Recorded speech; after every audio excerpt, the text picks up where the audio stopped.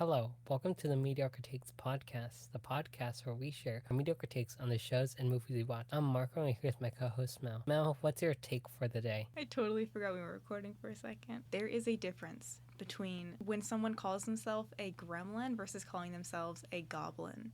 Because being a gremlin and a goblin are two very different things.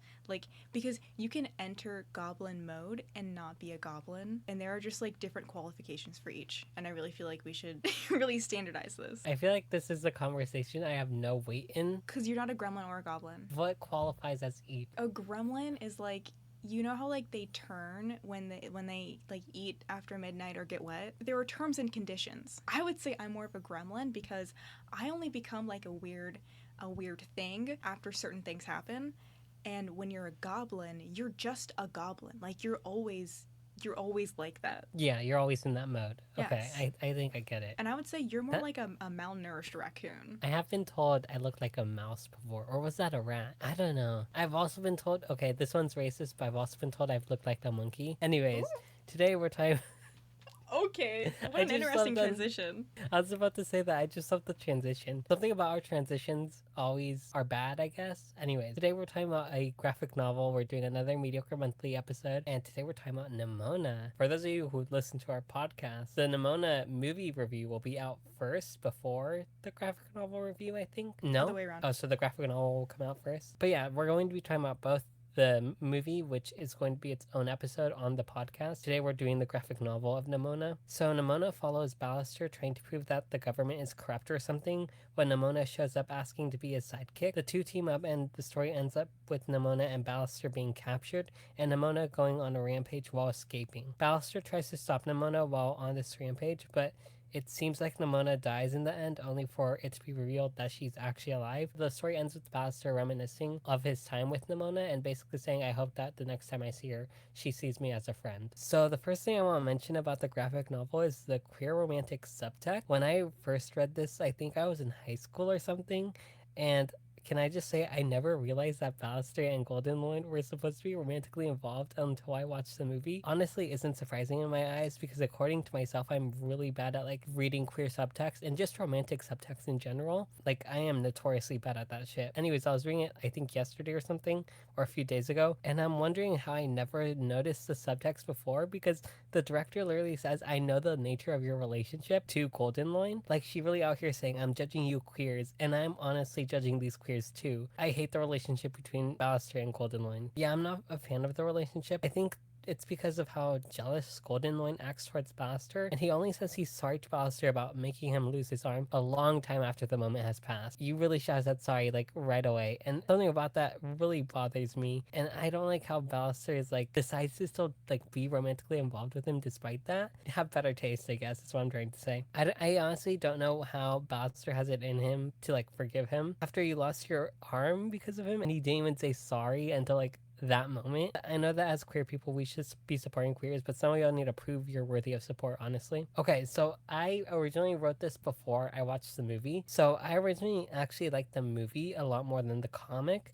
And I think at first that was just because I liked how much more of a polish the movie had when it came to the plot and the story. It was just a lot more coherent, and I feel like the themes overall hit a lot harder. However, after watching the movie again, I'm really struggling to just tell whether I like the movie or the comic more. I just think there were some choices made in the movie that I didn't like, and what I'm talking about is I don't like how they tried to make Nimona and Ballister more palatable of characters. I feel like they toned those characters down a lot. I also feel like they made Goldenloin more palatable. I feel like they made everybody more palatable. Yeah, so something that they changed in the movie to the graphic novel is Nimona and how controversial she is. I feel like they made her a less violent and volatile person in the movie, so she could be more palatable to the audience, which I just wasn't a fan of. I liked how much of a murderous intent she had in the graphic novel, and how she was just straight up not a good person. I feel like having these nuanced characters are just a lot more interesting. I get that the movie is aiming for a younger audience, but I think it would have been cool to see a more nuanced take on Nimona and Ballister in the movie. Ballister is straight up, he creates an illness and he poisons people with his illness, I guess is what I'm trying to say. And I kind of liked that he wasn't straight up a 100% good person. I just feel like for a kids movie, I feel like you could definitely still have gone that route of having the characters not be as black and white. But yeah, I just really wish that the characters weren't as toned down because I found them a lot more interesting in the graphic novel. But at the same time, I still liked the movie a lot more, just in the story wise, I guess is what I'm trying to say. It was a lot more tighter of a plot. I like the story in the comic versus the film. What did you like about it that was different? Everything. Like no, Really? they're completely different stories. Like there's like vague connections to each, but like they're two very completely different stories. And I just preferred the one in the comic more. I really liked how they used Glorth in the movie compared to the graphic novel. And I just feel like, although I do have some problems with Glorth in the movie, I just feel like I really liked that direction when it came to the movie compared to the graphic novel. I actually found myself enjoying the art style of this graphic novel, which was surprising to me. It gives me like Tumblr vibes. Something about it just really stuck with me, I guess. I really like that ending scene where Nimona is split from the dragon to little girl, and Nimona is just hugging her dragon self as the facility they're at is about to blow up. Something about that last panel just really stuck with me, and I found it really beautiful. So this is another thing about the movie that I did not like that I liked in the graphic novel. I am so glad Ballister isn't worried about Nimona being like a normal girl in the graphic novel. That was one of the more annoying things in the movie, and it's toned down a lot more in the graphic novel. Like I swear every 5 seconds in the movie he's asking, can you just be a normal girl? And something about that just really bothered me in the movie, and it really annoyed me. And I'm just so glad that like that wasn't there in the graphic novel like at all. Like the only time we really see him act like that is when he realizes that Nimona is like kind of immortal. Something about that in the movie just really bothered me. I really liked the relationship between Nimona and Ballister a lot more in the graphic novel than I did in the movie. I just like how they literally killed people for each other. Like they really had each other's backs in the graphic novel, and I just, although I felt that a little bit in the movie, I just didn't feel that as much. The fact that like Ballister in the comic was like, oh no, like we don't kill people, but then ultimately like their connection was so strong that he ended up like killing someone. The way that they like depicted the bond that those two had was much better in the comic than in the film, which makes like the betrayal like hurt even more. And I guess I mentioned this already, but I was actually disappointed with how little Glorith was used in the graphic novel. Having seen the movie, and I just think the movie handles Nimona's backstory a lot better compared to the graphic novel. So I thought they were going that route again in the graphic novel, but when I found out they didn't, I was a bit disappointed just because I did not like Nimona's like backstory as much compared to the movie. I did like the fact that Nimona like shows signs of being experimented on in the past. I feel like that could have been really interesting if they went more that direction. And they kind of did near the end where like Nimona talks about like, you thought you could be one of the people who can control me, to the director. Before I start, I feel like I have to give you guys homework because I told Marco about this, but most of my notes are basically me comparing this to She-Ra and the Princesses of Power. N.D. Stevenson was a creator for both. I have like Catcher and Adora brain, and whenever I see like anything that I can compare them to, I'm like, oh my god, that! So a lot of my notes surround that. So if you've never watched She-Ra and the Princesses of Power, then I'm sorry. Is the whole brunette is the bad one and Blondie the good one ever going to retire? I feel like it's irritating that it's always like the brunette's the bad one and the blonde one is the good one. Giving very much Aryan. White on white crime. Yes. Have you seen those TikToks of like people of color talking about how like white people colorism is blondes versus brunettes? Yes. And like I feel like they're bringing back the colorism in the white community that existed a long time ago in America, where it was like, oh, you're Italian, you're Greek. Ugh, that's disgusting.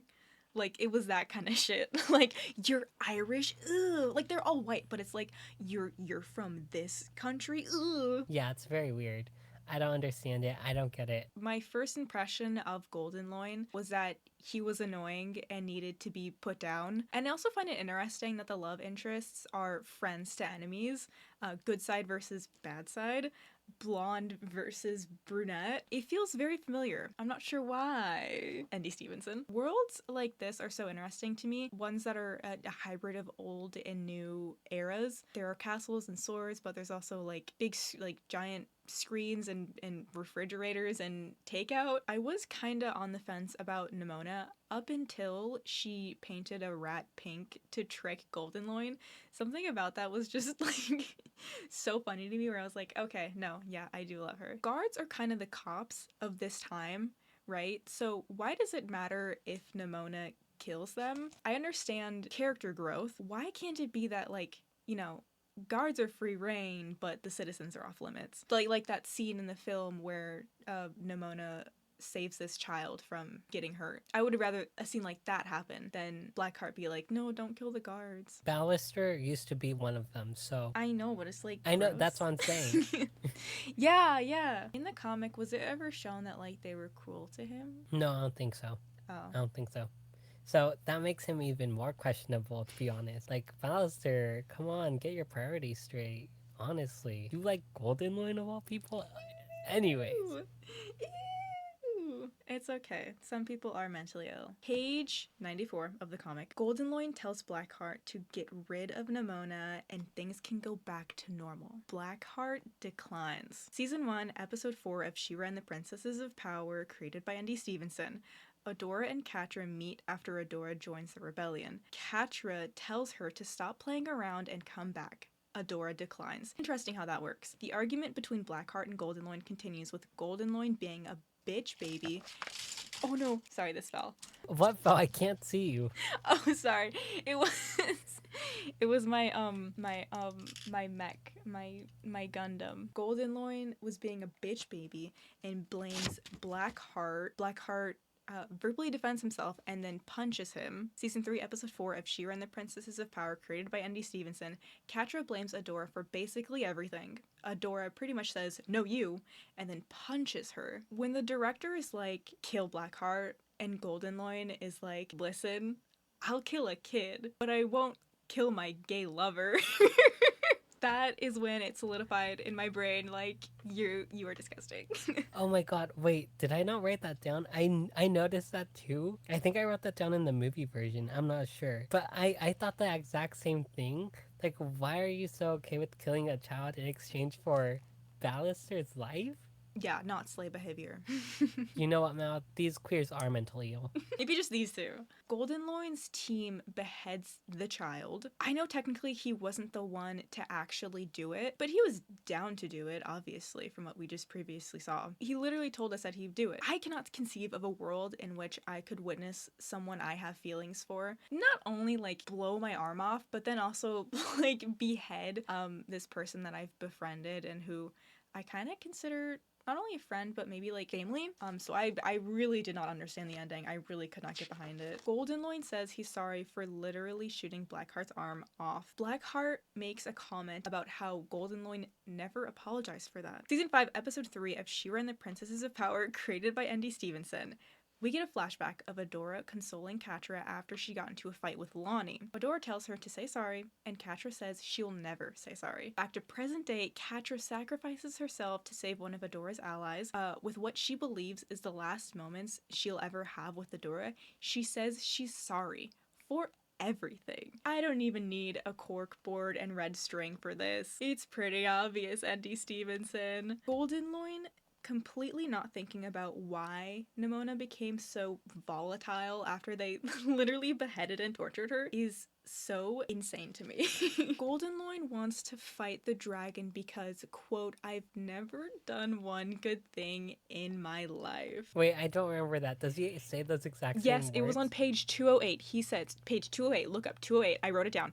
Quote, I've never done one good thing in my life. Oh my god, but doesn't Catra literally say, I want to do that one good thing in my life? Yes, Season 5, Episode 3 of She-Ra and the Princesses of Power, created by Andy Stevenson. Glimmer tells Catra to do one good thing in her life and prevent Adora from coming to save her. Later in the episode, Catra breaks her out, and when questioned, she says, I want to do that one good thing in my life. Guys, it's not a conspiracy, it's true.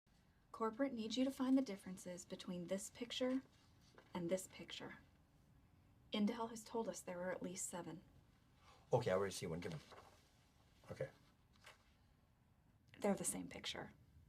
And on a small note, Dr. Blitzmeyer reminds me of Entrapta. Not only that, but I really loved her character in general. She wasn't really there a lot, but when she was, I enjoyed her. And I really wish that she was in the film somewhere, at least like an Easter egg or something. I really love that scene where they're like talking about like, hypothetically, if a shapeshifter like that were to exist, I forgot their name, but the person is like, are we still talking about hypotheticals? Yeah, that scene was really great. So once again, Goldenloin tries to kill, what are we calling Demon Nimona? What are we calling that? I thought it was a dragon or something, I don't know.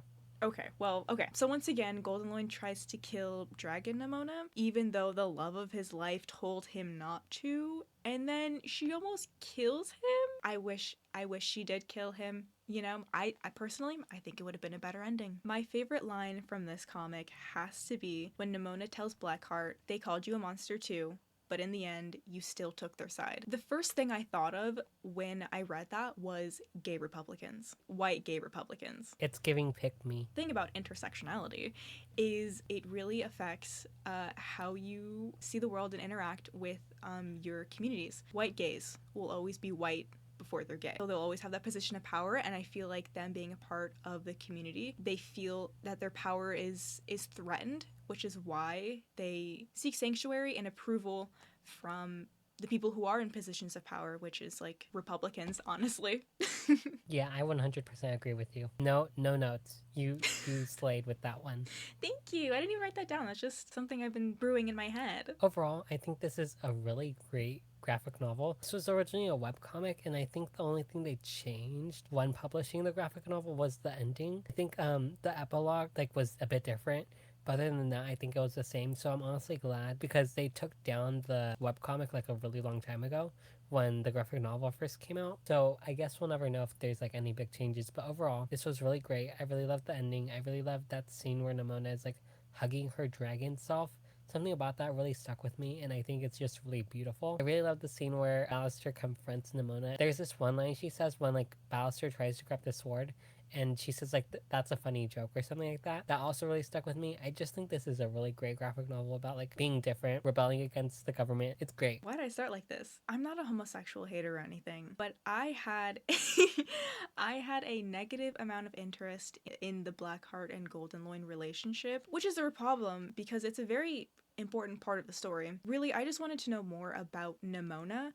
She was much more interesting of a character than anyone else in this comic, and I think the other issue I had with this was the amount of parallels between this and She-Ra and the Princesses of Power, created by Andy Stevenson. It distracted me and made me just want to watch She-Ra again. And the only thing that kept me interested in this was Nimona. Anyways, you guys, fuck these queers, honestly. Who thought it was a good idea to make Golden Lion and Ballister a thing? During Pride Month. Yeah, during Pride Month of all time. You're telling me you're siding with the guard? That's basically a cop in this world? A guard that wants to kill your daughter? Ew. Yeah. Ew. Gross. Nasty. But anyways, that's our thoughts on Nimona, the graphic novel. If you want to send us a voice message on Spotify for podcasters, there'll be a link in the description to do so below. Yeah, we also have Instagram and Twitter at MidTakesPod, and that's everything. So, goodbye.